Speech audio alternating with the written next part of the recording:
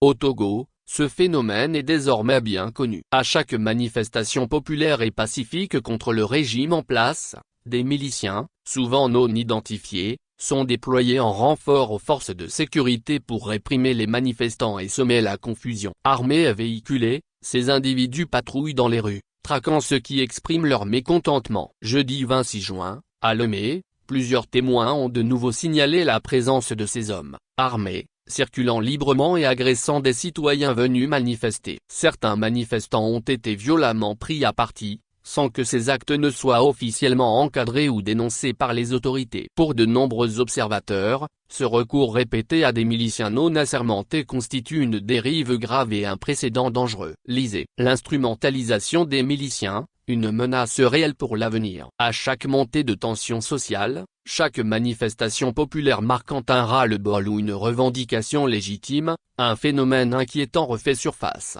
L'apparition de miliciens dans les rues. Ces groupes agissent à visage découvert, sans uniforme, mais avec une assurance troublante, comme s'ils avaient reçu une forme de légitimation tacite. Ils s'attaquent violemment aux manifestants, les traquent, les brutalisent, parfois avec plus de zèle que les forces régulières de sécurité. Le tout, souvent, sous le regard passif voire complice des autorités, ce qui interroge sur la nature de leur mission et les protections dont ils bénéficient.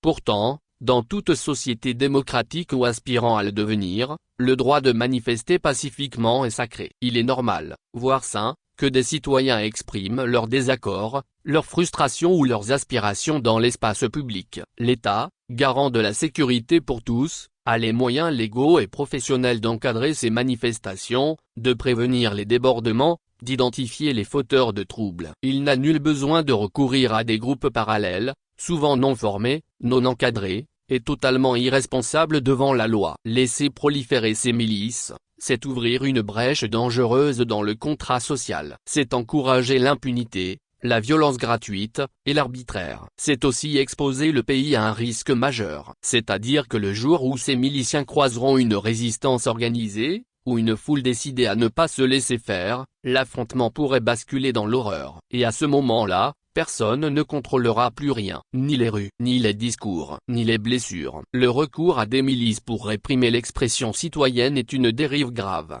qui mine la confiance dans les institutions, délégitime les forces de sécurité républicaines et sape les bases mêmes de l'état de droit. La violence, d'où qu'elle vienne, manifestants incontrôlés ou miliciens zélés, doit être fermement condamnée. L'avenir du pays ne peut être construit sur la peur, la brutalité et l'intimidation. Il doit l'être sur le dialogue, la justice et le respect des libertés fondamentales. Lorenzo Quelecchi, le marabout de la presse.